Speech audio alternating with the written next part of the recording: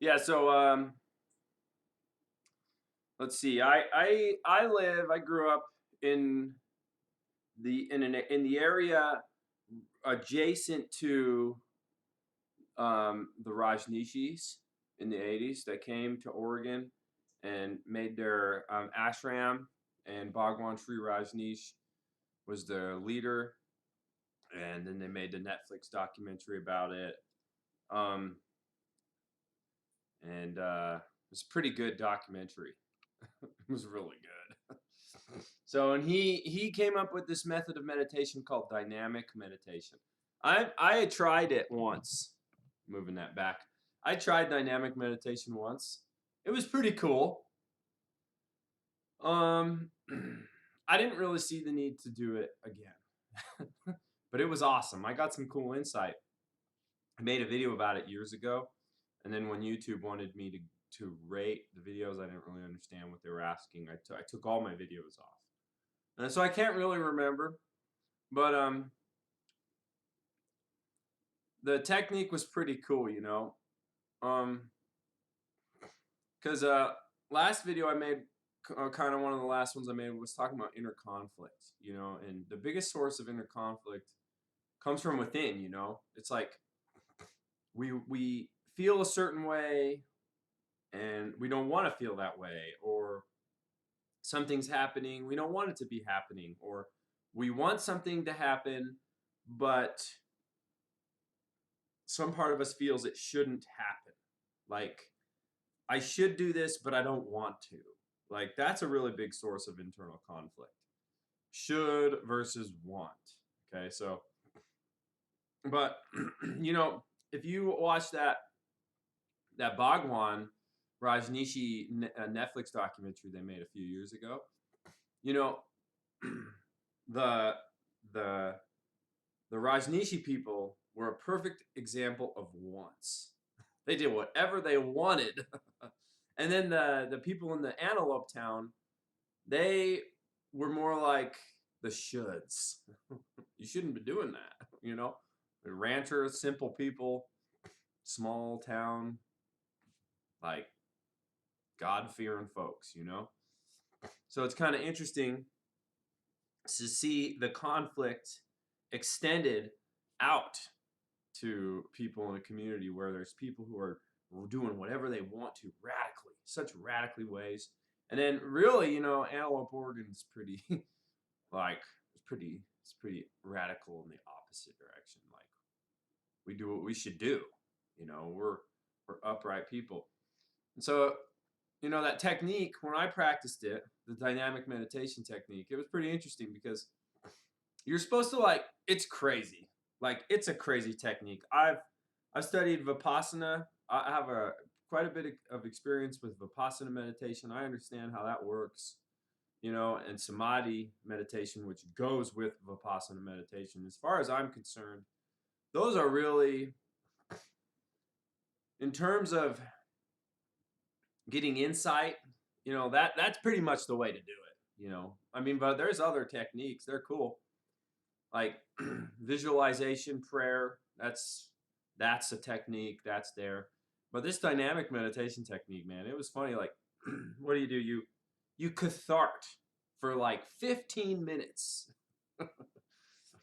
And then you jump up and down for like 15 minutes. And then you freeze for like 15 minutes. And then you dance for like 15 minutes. Like, so it sounds just like whatever. Okay, whatever. But catharting for 15 minutes. Have you ever catharted for 15 minutes? Meaning, like, just let it out for 15 minutes. Like, it's so exhausting. So while I was catharting for 15 minutes, I saw that the expressions of the body are only such that there's low expressions and then there's high expressions. And the positioning of the body, from screaming and just flailing around, like, in terms of being upright, you can be like this or you can be like this. Like, and as I was doing this for 15 minutes, I started to see that my body has an aggressive, confrontational expression. But then my body also has a like like I don't want to call it praiseworthy, but it's like begging for mercy. It's like my body can express itself in terms of the opposite of aggressive confrontation. It's like where I'm begging for mercy.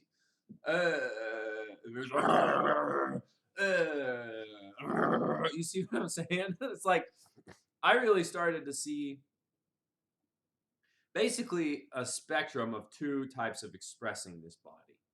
Like, and then when you're, you shouting who and you're jumping up and down, you're just getting really tripped out of your head. I can't even really remember. And then you freeze and then you dance, right? So I don't know really what his aim for that meditation technique was, other than to create an experience for yourself to see all the different energy centers playing out. Okay, so here we got a new picture here. So what I did was I drew the energy centers on a balance beam. And we have body on one side and we have spirit on the other. So security, sensation, power. That's the energy centers of the body. Concentration, faith, concentration, insight. The energy centers of the spirit, right? These are the wants. This is your ego. This is your super ego. These are the shoulds. Okay, and love is in the middle, right? It's the balancer, So sometimes, you think about your life and you think about people's lives and how people's lives contact each other's, and sometimes you think about the conflict that comes with that contact, like the Rajneeshi people versus the Antelope people, and how they were in direct opposition in terms of their energy centers. We have so the body is ruled by sensation, okay, and then this one, the spirit is ruled by faith, okay. We gain power once we accumulate the objects that give us good sensations. Money makes me feel good. When I have a lot of money, I have a lot of power.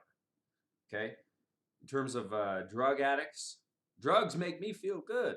When I have a bunch of drugs, I'm like a drug dealer and I'm a powerful person. You see what I'm saying? Faith, when we have faith, we then therefore get the power to concentrate and gain our insight. You see what I'm saying?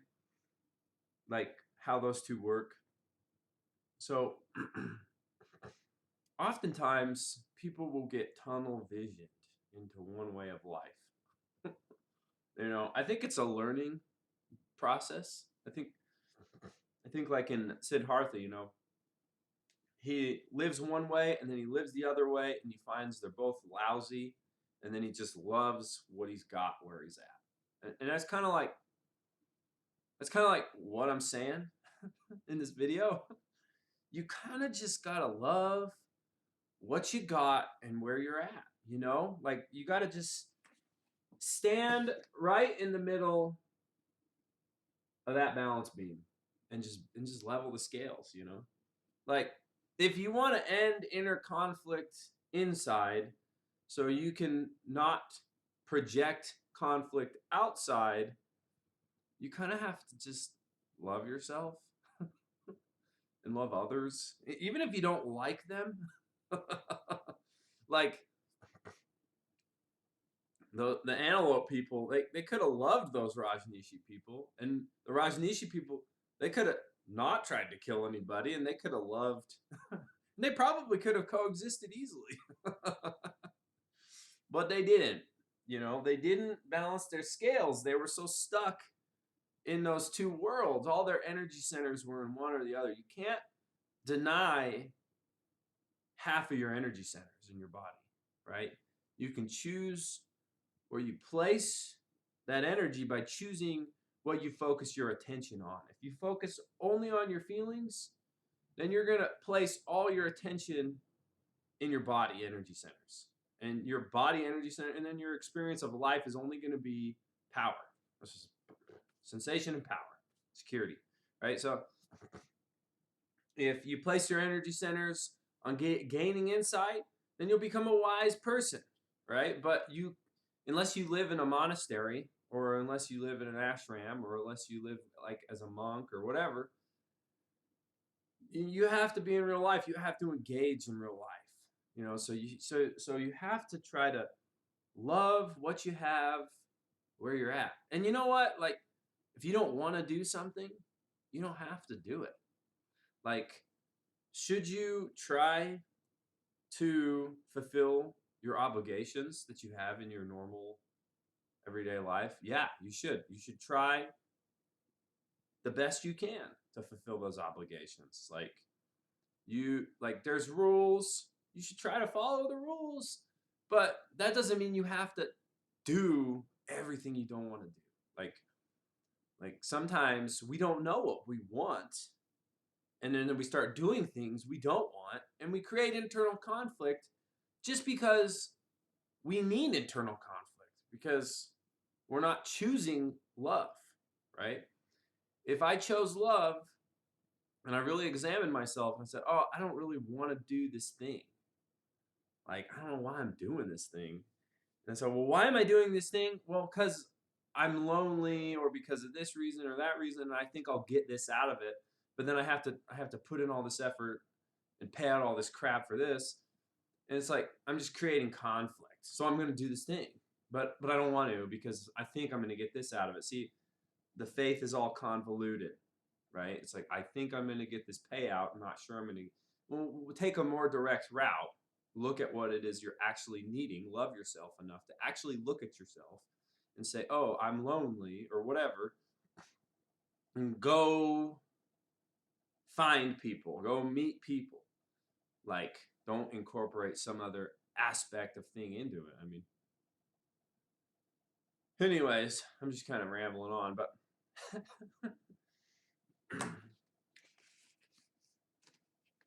as my friend Ken Keyes says, always living love. You want to balance the scales in your life to end the inner conflict and external conflict, you got to love yourself whilst fulfilling your obligations.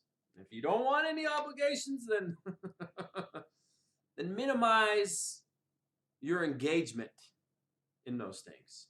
If you are in certain things and to fulfill those contracts by being in those things, you have to, then just accept that, love it, love yourself, move on. All right. I don't know how that worked. Hope it worked good.